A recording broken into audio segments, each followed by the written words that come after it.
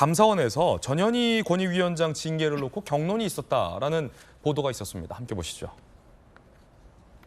지난 1일 감사위의 최재해 감사원장, 조은석, 유희상 등 감사위원 6명, 유병호 사무총장 등이 출석을 해서 경론이 있었다. 전현희 권익위원장의 징계를 두고 어떤 내용일까요?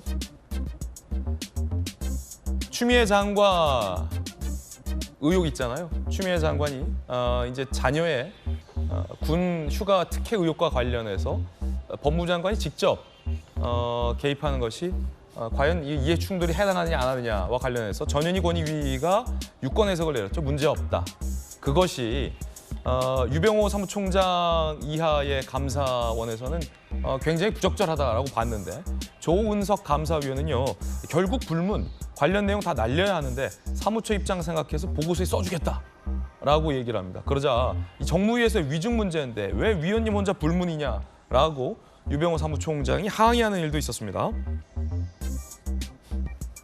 이 사안은 위법 부당이 아니라 부적절하다고 보고 있다라고 조은석 위원의 이야기, 위법을 이야기한 것이다. 이게 표현의 문제냐, 기관장이 거짓말하면 되겠느냐라고 유병호 사무총장과 건건이 충돌한 대목도 채널A가 보도하고 있습니다.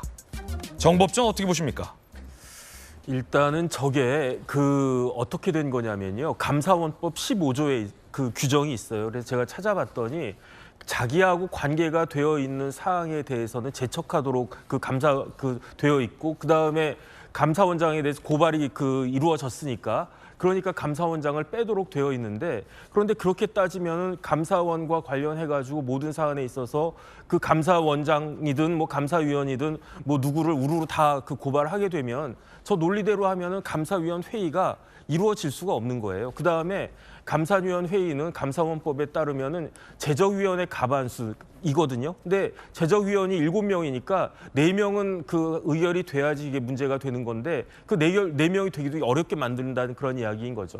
그다음 더 중요한 건 뭐냐면은 일단은 기관에 대해서 감사할 때 누가 징계를 하냐면은 기관장이 징계를 하는 거예요. 그런데 전현희 위원장은 전현희 위원장 자체가 기관장이기 때문에 셀프 징계를 할 수가 없으니까 기관주의를 한 것인데, 이런 부분들에 대해서 정확하게 설명을 하지 않고 마치 문제가 있었던 것처럼 이야기하는 것은 좀 적절하지는 않았던 것이 아닌가 하는 생각이 듭니다. 일각에서는 조 감사위원이 전현희 권익위원장을 두둔한 건 아니냐라는 보도도 있던데 어떻게 보십니까? 그러니까 이런 부분들이 두둔한 것이 아니냐 이런 생각이 들 수밖에 없는 거고요. 그러니까 왜냐하면은 그다음에 더 중요한 건 뭐냐면은 감사원 관련된 규정이 이러한 모든 내용들이 다 공개하도록 되어 있어요. 그렇기 때문에 감사원 홈페이지에 가면 저 내용이 다 드러나 있거든요. 근데 그럼에도 불구하고 굳이 저렇게까지 이야기하는 것이 좀 납득이 안 되는 그런 측면이 있습니다.